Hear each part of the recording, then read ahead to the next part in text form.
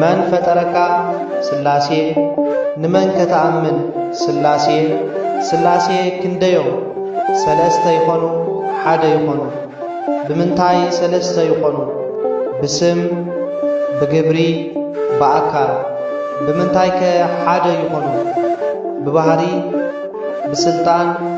ብፍቃድ ብመለኮት እንታይ ከስሞም አብ ወልድ መንፈስ ቅዱስ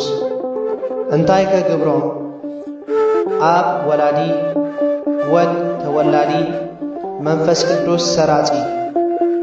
አብ ማለት እንታይ ማለት እዩ አቦ ናይ መን አቦ ናይ ወልድ ወልድ ማለት ከ ውሉድ ናይ መን ውሉድ ናይ አብ መንፈስ ቅዱስ ማለት ከ ሰራጺ ካብ መን ዝሰረጸ ካብ አብ ካብ ወልድኸ ይሰርጽ ድዩ ኣይሰርጽን ኣይሰርጽን እንታይ ደኣ አብ ዮሐንስ ወንጌል ኣብ 16 ምዕራፍ ብ15 ቁጽሪ እምዚኣየ ይነስእ ዝብል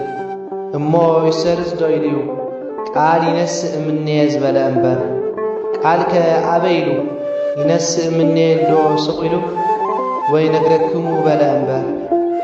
አካል ዝተባሃለ እንታይ እንታይ እዩ ኢድ እግሪ ዓይኒ እዝኒ ስኒ አፍ አንፍ ካብ ጸጉሪ ርእሲ ኣትሒዙ ክሳብ ጽፍሪ እግሪ ንአብ ፍጹም ገጽ ፍጹም አካል ፍጹም መልክዕ ኣለዎ ንወልድ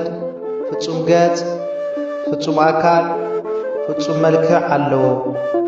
ንመንፈስ ቅዱስ ፍጹም ገጽ ፍጹም አካል ፍጹም መልክዕ ኣለዎ